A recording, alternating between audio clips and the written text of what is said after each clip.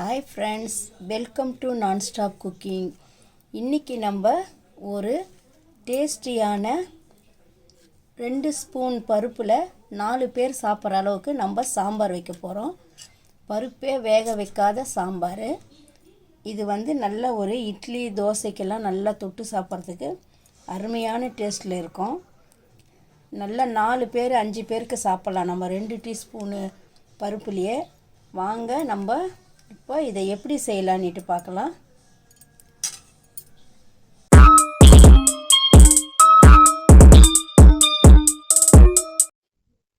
இப்போ நம்ம இந்த சாம்பார் வைக்கிறதுக்கு நான் 2 டேபிள் ஸ்பூன் துவரம்பருப்பை ஒரு அரை மணி நேரத்துக்கு முன்னாடி ஊற வச்சுருக்கேன். அது நல்லா ஊறிச்சு பாருங்கள். இப்போ இதை நம்ம மிக்சி ஜாரில் போட்டுக்கலாம்.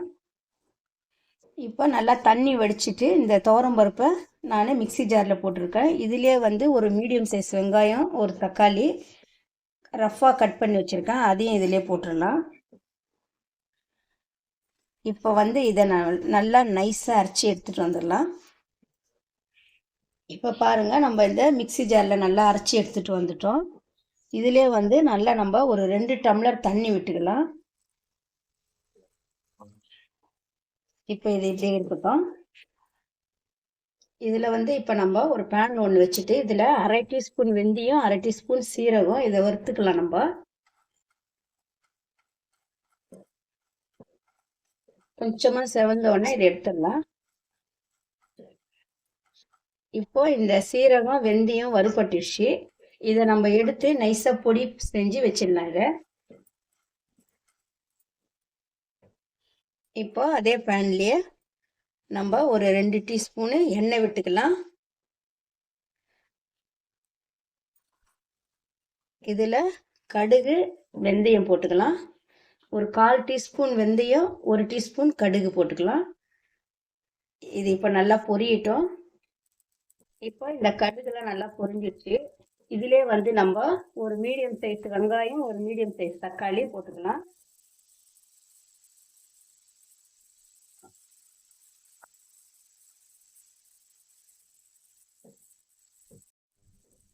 இப்போ இதிலே 2 வரமிளகாய் போட்டுக்கலாம். போட்டு இந்த வெங்காயம், தக்காளி, மிளகாலாம் நல்லா வறுக்கணும். இப்போ இதை நல்லா வதக்கியாச்சு பாருங்க.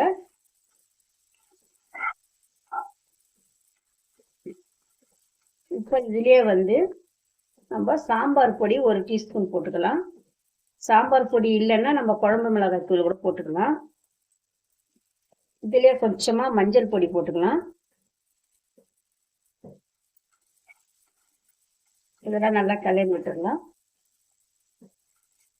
இப்போ இந்த வெங்காயம், தக்காளி, சாம்பார் பொடி எல்லாமே நல்லா இதுல கலக்கி விட்டாச்சு பாருங்க.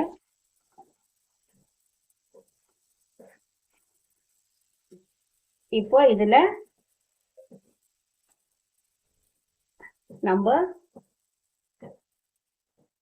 இந்த அரைச்சி வச்சுட்டு இதிலே தண்ணி விட்டு வச்சிருக்கிறோம். இந்த பருப்பு, வெங்காயம், தக்காளிலாம் இந்த தண்ணியை இதிலே அப்படி ஊற்றிடலாம்.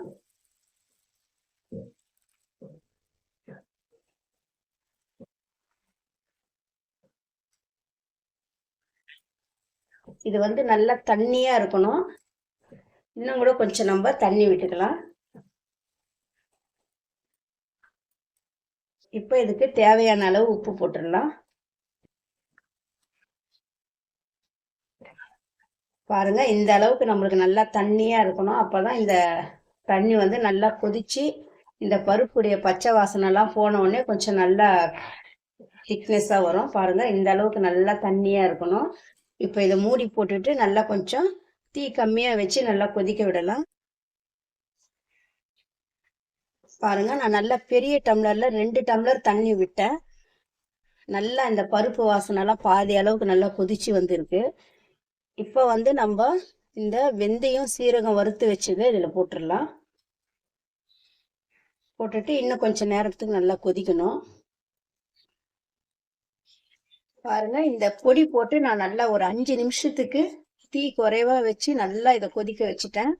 இந்த பருப்போட பச்சை வாசனைலாம் நல்லா போகணும். சரியா கொதிக்க வைக்கலைன்னா இந்த பச்சை வாசனை அப்படியே இருக்கும். நல்லா இந்த பச்சை வாசனை போகணும். ஒரு 5 நிமிஷத்துக்கு நல்லா நான் கொதிக்க வச்சுட்டேன். பாருங்கள், நீங்கள் வந்து இது கொஞ்சம் திக்னஸாக 2 டம்ளர் ஊற்றி கொஞ்சம் திக்காக இருந்தால் கூட இன்னும் கொஞ்சம் அதிலே தண்ணி விட்டு நல்லா கொதிக்க வைக்கலாம்.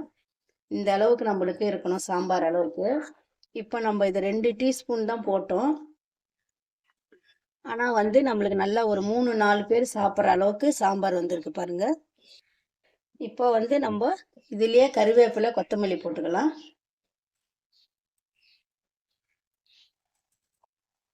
அவ்வளோதான். இப்போ இந்த பருப்பு சாம்பார் ரெடி ஆயிடுச்சு பாருங்க. நம்ம பருப்பே வேக வைக்காத பருப்பு சாம்பார் நம்மளுக்கு ரெடி பண்ணிட்டு பாருங்க. இப்போ வந்து இது நல்லா இட்லிக்கு தோசைக்கெல்லாம் சாப்பிட்றதுக்கு அவ்வளோ அருமையாக இருக்கும். இட்லியில் தொட்டே சாப்பிட தேவையில்ல, ஊற்றி சாப்பிட்லாம் இதை. அந்த அளவுக்கு ஒரு டேஸ்ட்டாக இருக்கும். இதே போல் நீங்களும் செஞ்சு பாருங்கள். செஞ்சு பார்த்துட்டு எப்படி இருக்குன்னு கமெண்ட்ஸில் சொல்லுங்கள்.